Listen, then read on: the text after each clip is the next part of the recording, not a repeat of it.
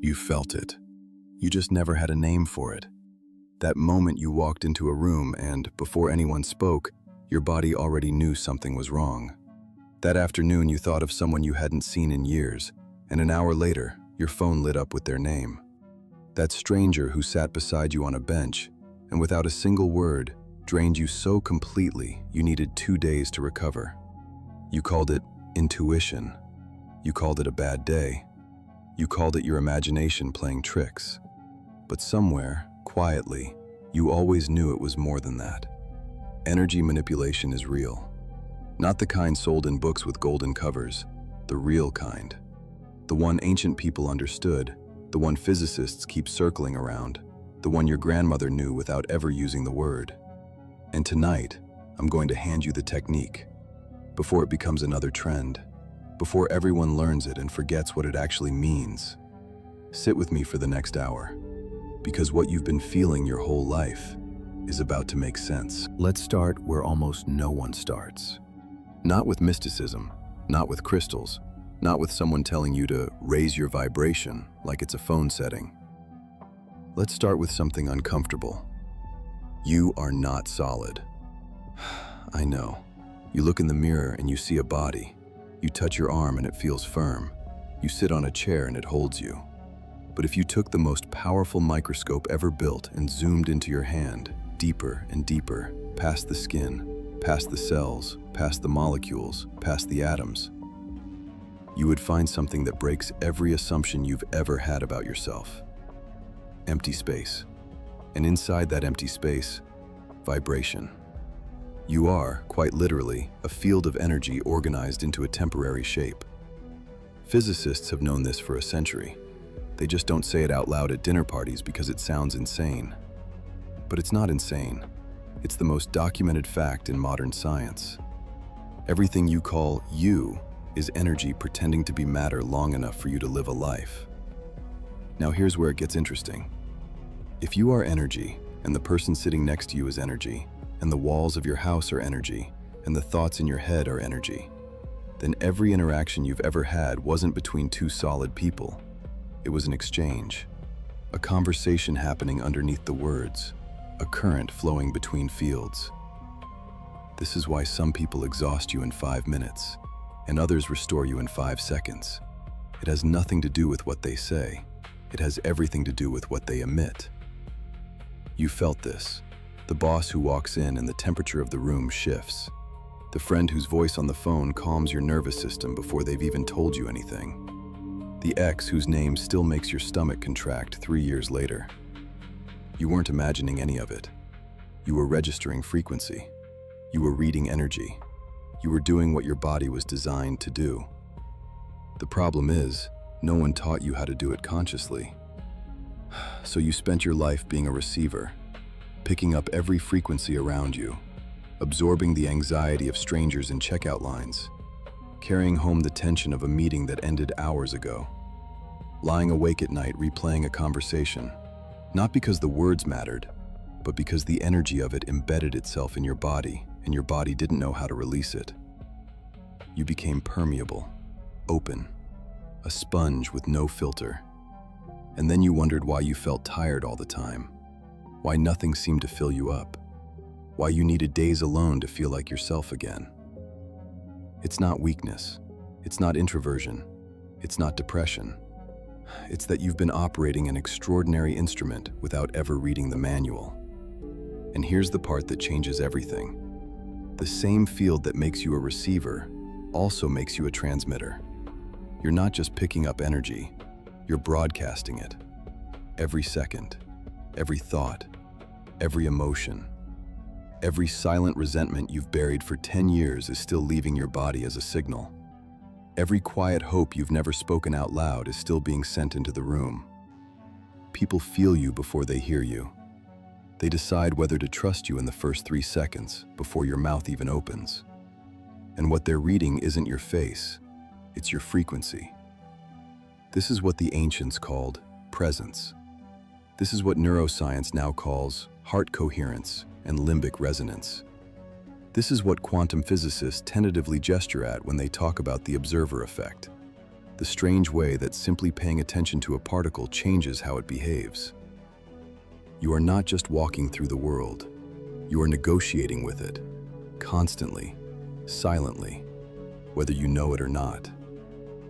And once you understand that, a single, unsettling question begins to form in the back of your mind. If I've been broadcasting all this time, what exactly have I been sending out? Sit with that question for a moment, because most people refuse to. What have I been broadcasting? It's easier to ask what others have been doing to us. The toxic coworker, the cold parent, the friend who drains us. We've built entire vocabularies around the energy other people send our way. Narcissist, empath, vampire, toxic. We learned the words because the words protected us. But there's another conversation almost no one is willing to have. The one where you turn the question around and ask honestly, what frequency have I been living in? Because here's the truth that took me years to swallow. The energy you carry is not random. It's not your personality. It's not who you are. It's a pattern, a loop, a signal you've been transmitting for so long that it feels like identity. If you've been anxious for 15 years, anxiety is not your nature, it's your signal. If you've been resentful since your 20s, resentment is not your wisdom, it's your frequency. If you've been waiting for life to begin for as long as you can remember, waiting is the wave you've been emitting into every room you've ever entered. And here is where it gets uncomfortable. The world responds to your signal, not your words, not your effort, not your hopes, your signal. Two people walk into the same job interview with the same resume. One gets hired, the other gets a polite email. We tell ourselves it was chemistry or fit or luck. But underneath those words, there was a frequency in the room. Someone was emitting certainty. Someone was emitting hidden apology. The body of the interviewer registered both before the first handshake. Two people fall in love at the same age. One ends up in a marriage that breathes. The other ends up repeating, with a different face, the same heartbreak they had at 23. We say it's fate. We say it's patterns. But patterns are not abstract. Patterns are frequencies that haven't been interrupted yet. This is what energy manipulation actually is. Not bending spoons. Not making people fall in love with you against their will. Not some dark trick stolen from a forbidden book. Energy manipulation is the conscious, deliberate act of choosing what you transmit, of stopping the automatic broadcast that has been running in the background of your life since childhood, of finally putting your hand on the dial that everyone is too distracted to notice exists. Most people manipulate energy unconsciously. They project anger and call it honesty. They project fear and call it caution. They project lack and call it being realistic. And then they wonder why their life keeps mirroring back the same flavor, year after year, relationship after relationship, job after job. Because reality is not stubborn. Reality is responsive. It listens to what you emit and arranges itself accordingly. Not as punishment, not as reward, as physics. Now I want you to picture something. A radio sitting on a kitchen counter. The dial is set to a frequency that plays static. Loud, scratchy, unbearable static. The radio doesn't know it's playing static, it just plays what it's tuned to. You could complain about the noise for 30 years. You could blame the radio. You could blame the music. You could blame the kitchen. Or you could walk over and turn the dial. That is the entire technique. That is the secret everyone is trying to package and sell back to you in courses, retreats, and weekend seminars. You are the radio. You are also the hand that turns the dial. You've just forgotten that the hand was yours all along. But here's what no one tells you. You can't turn the dial while you're pretending the static is music. You can't change frequency while you're still defending the one you've been broadcasting. The first step of energy manipulation is not action. It's not visualization. It's not a morning routine. It's a quiet, almost painful admission. A sentence you say to yourself, alone, with no one watching. I have been transmitting something that no longer serves me, and I'm the only one who can stop. That sentence, just that sentence, held honestly in the chest for 30 seconds, will do more than 10 years of self-help books. Because the moment you admit you are the source, you also become the solution. And once you become the solution, the technique can finally begin. So let's talk about the technique, the one I promised you, the one you came here for. But before I hand it to you, I have to warn you about something, because the technique itself is almost embarrassingly simple. So simple that the moment I describe it, a part of your mind is going to dismiss it. That voice in your head, the cynical one, the one that has been protecting you since you were a teenager, will whisper, "That's it? That can't be it." That voice is the reason most people never use this, not because it doesn't work, because it sounds too small to matter. So I'm going to ask you to do something hard. For the next few minutes, suspend that voice. Not silence it, just lower the volume. And let me walk you through what humans have known for thousands of years, but our generation has somehow forgotten. The technique has 3 parts, and the order matters more than the parts themselves. First part, awareness of emission. Right now, this second, you are emitting something.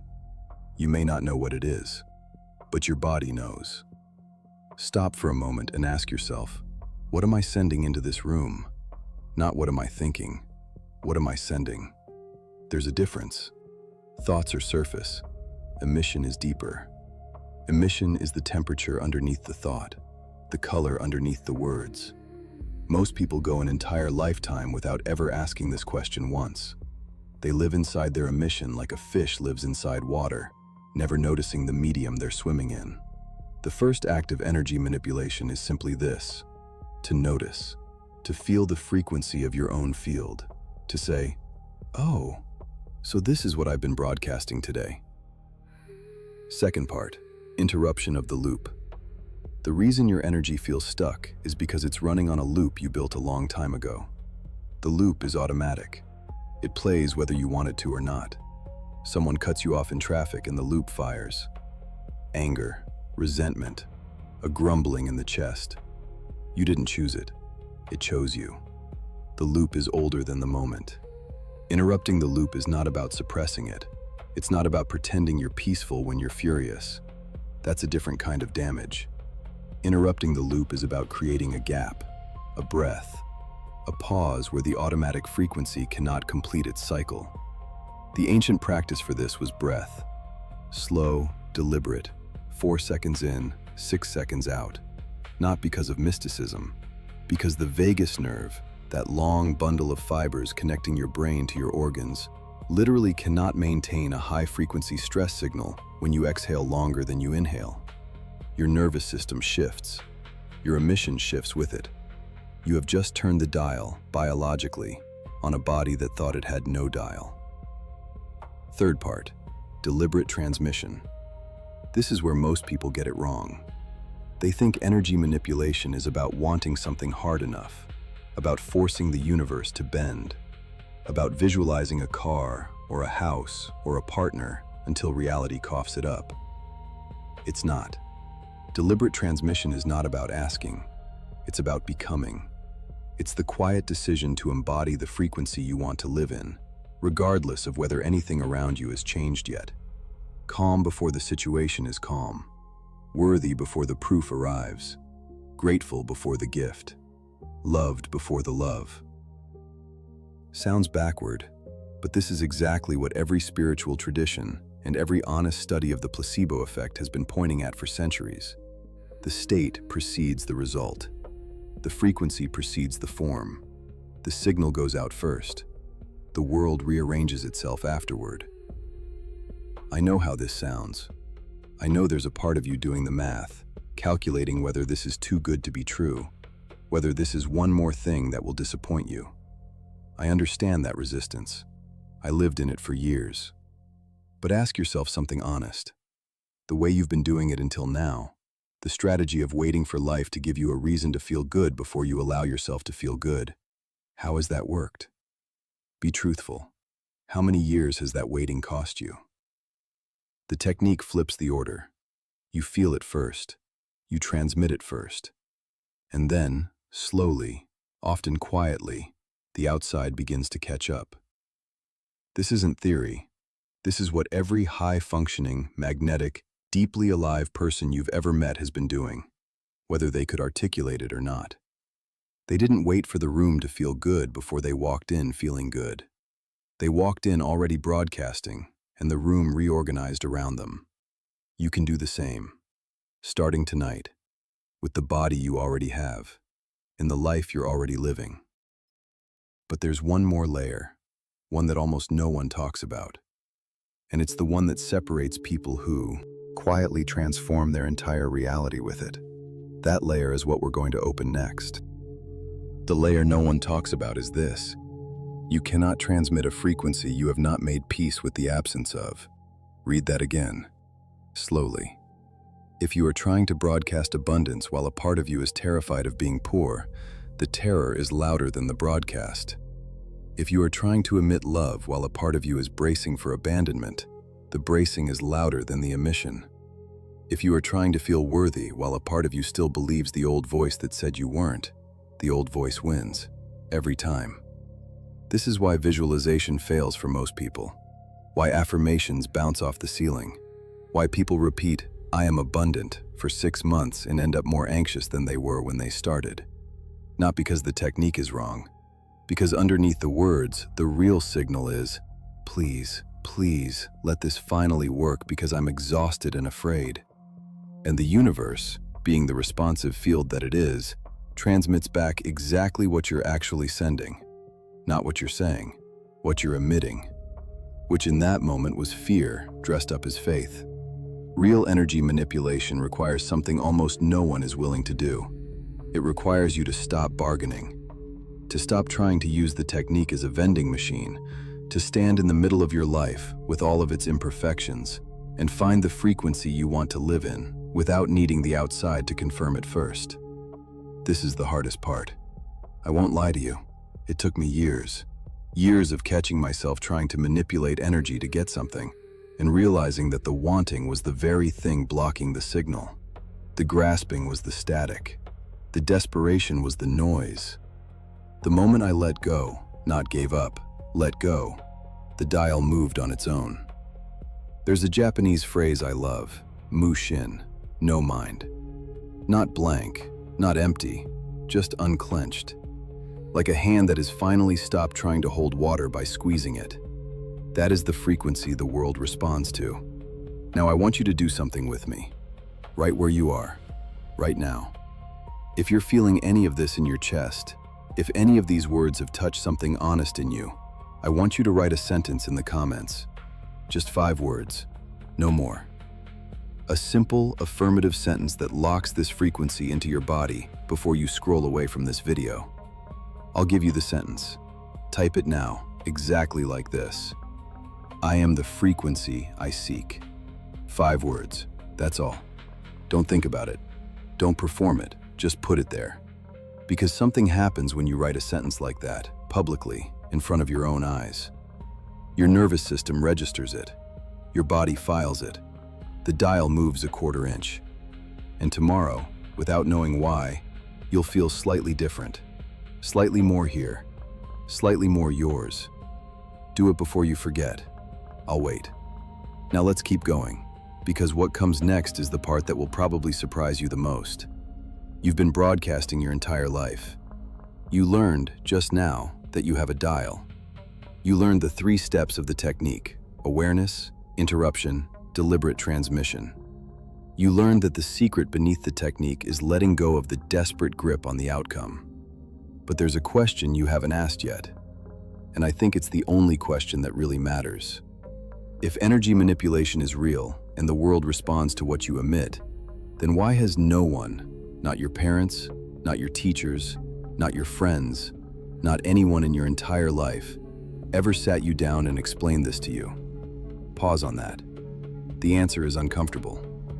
They didn't tell you because no one told them. They couldn't transmit a frequency they had never been taught existed.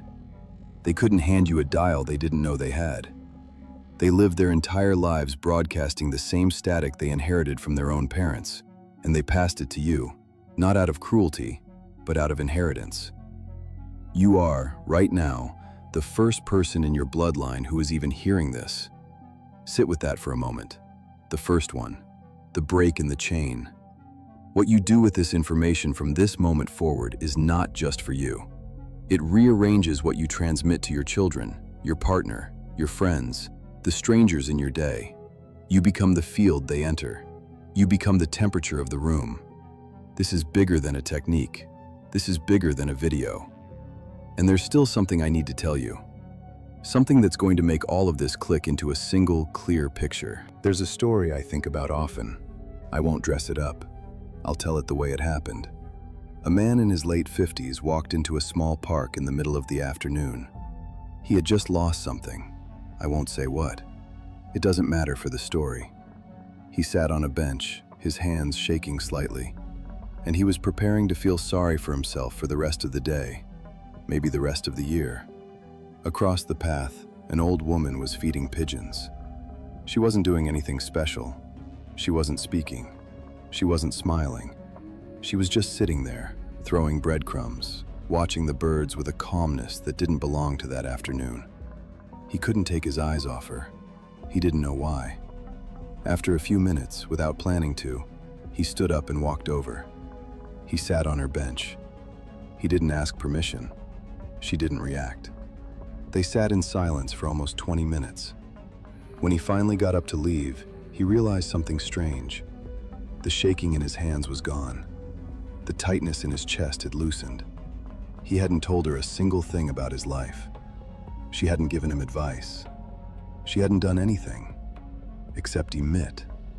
She was broadcasting something so steady, so undisturbed, that simply sitting inside her field had recalibrated his entire nervous system. She didn't manipulate his energy. She offered hers. And his body, being the intelligent receiver it was, tuned itself to the stronger, calmer signal in the room. That is what real energy manipulation looks like in practice. It is rarely loud. It is almost never theatrical. It does not announce itself. It simply is. And here's the thing most people miss. That old woman wasn't trying to heal anyone. She wasn't projecting healing energy. She wasn't visualizing white light. She was just so deeply at home in her own frequency that being near her was medicine. This is the level we're talking about. Not performance, not technique stacked on technique. Just the slow, patient cultivation of a signal so coherent that the world reorganizes around it without effort. Now I want you to think about your own life for a second. Think about the people who have changed you. Not the ones who lectured you. Not the ones who fixed you. The ones who, just by being near them, made you breathe deeper. Made you remember who you were before life trained it out of you. You probably can count them on one hand. Maybe one finger. Maybe none. That is rarer than gold. And the question that should be turning in your chest right now is, what would it mean to become that person for someone else?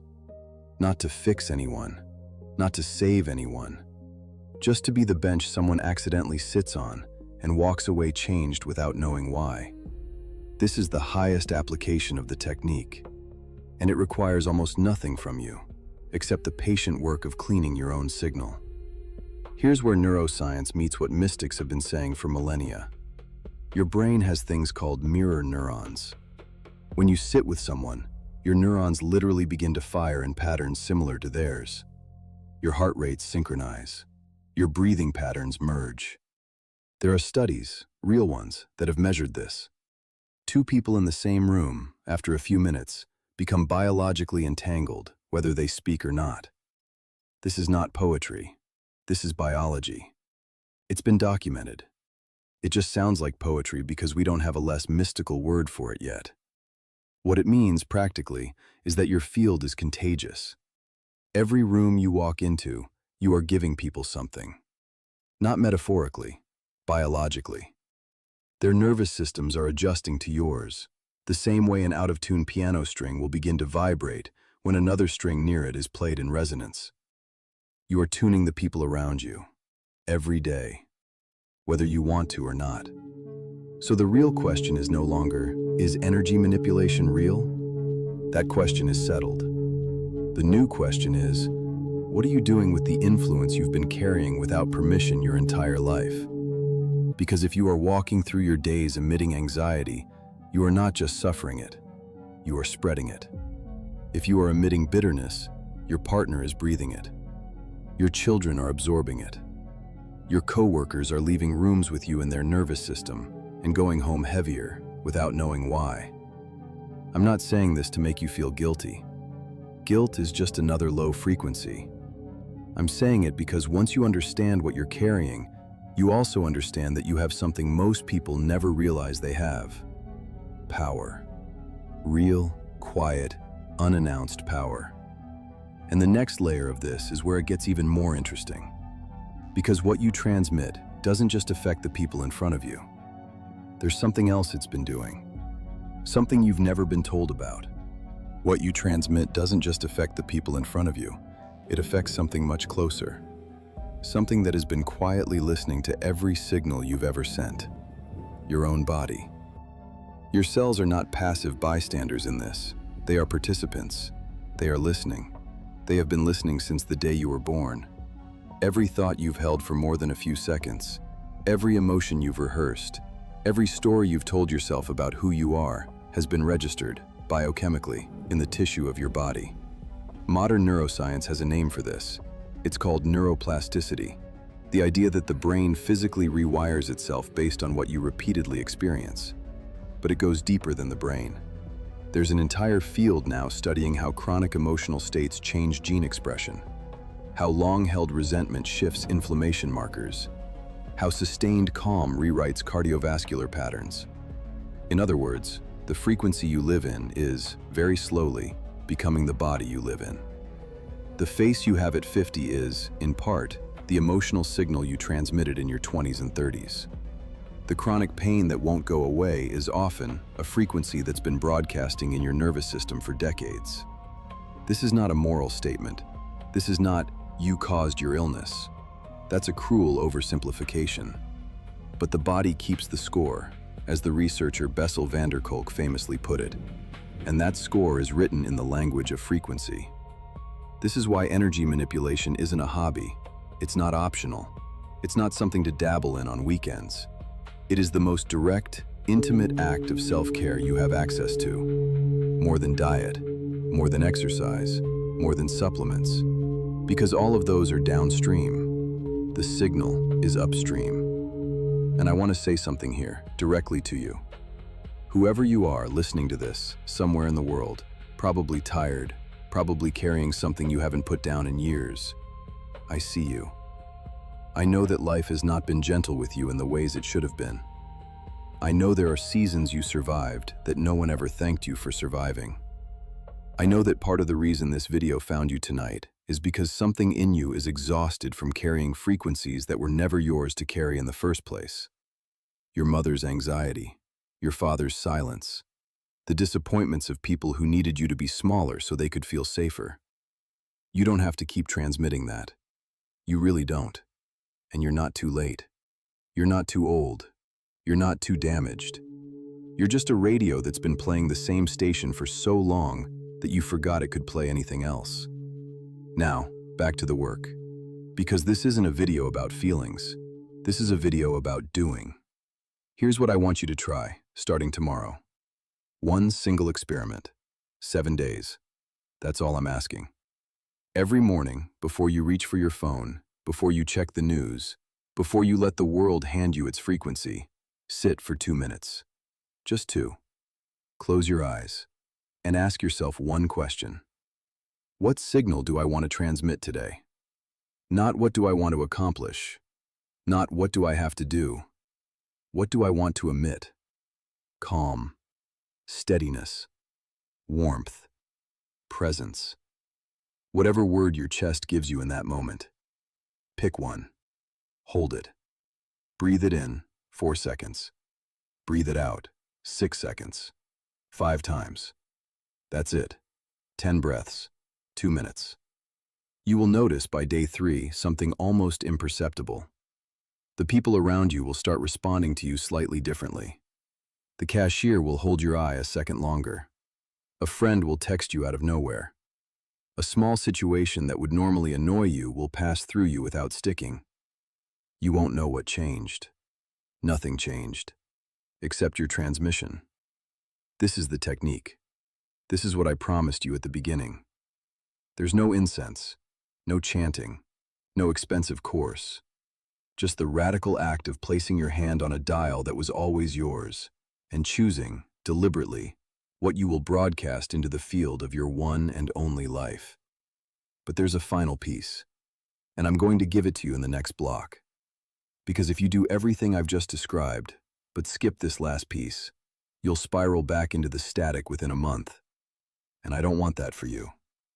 What I'm about to say next is the thing that holds it all together. The final piece is this. You will fail. Not might, will.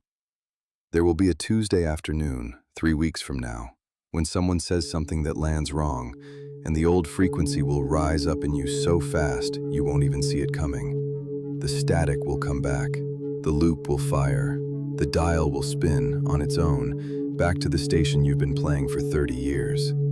And in that moment, you will have a choice. Not the choice you think. The choice is not whether to fail. You already failed. The choice is what you transmit about the failure. Most people, the moment they slip back into the old frequency, transmit a brand new layer on top of it. Self-attack, disappointment. I knew this wouldn't work. I'm broken. I can't do this. And that new layer is louder than the original slip. It's the second arrow, the one that does the real damage. The technique is not perfection. The technique is the return. How quickly you notice. How gently you turn the dial back. How softly you speak to yourself when you find that you've drifted. The people who change their lives with this aren't the ones who never lose the signal. They're the ones who learned, over time, that drifting is part of the field, that static is not an enemy, that every return strengthens the muscle of returning. This is the entire secret, hidden in plain sight. Energy manipulation is not about controlling the signal. It's about coming home to it, again and again, until coming home becomes faster than drifting away. That's the work. That's the technique. That's the thing everyone is selling you in fragments. Now you have the whole picture.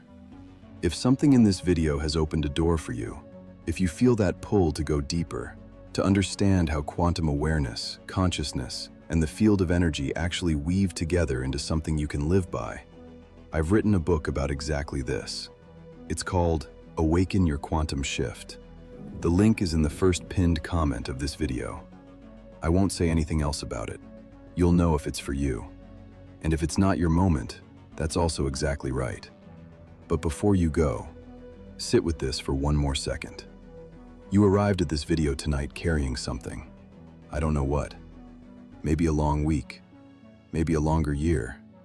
Maybe a quiet weight you don't talk about with anyone. And you stayed. You listened. You read the words and let them land. That's not nothing. That's a signal too. That's a body asking, quietly, to feel different. You're closer than you think. The frequency you've been searching for has not been hiding. It has been waiting, patiently, for you to remember it was yours. The old woman on the bench is not someone else. It's the version of you that hasn't been born yet, because you've been too busy being the version of you that survived. If this video moved something in you, do 3 things for me. Follow the channel. Not because numbers matter, but because there are more conversations like this one waiting, and I don't want you to miss them. Send this video to 5 people. 5, specifically. Think of who in your life is broadcasting static they don't know they're broadcasting. Send it. You might be the bench they accidentally sit on. And finally, leave me a comment. An honest one. Not, great video. Tell me what touched you. Tell me what you're carrying. And tell me what you want me to talk about next. I read them. All of them. And the next video I make is almost always answering a question someone left underneath a video like this one. Now turn off the screen. Walk to a window. Breathe. You are the frequency. The world is listening.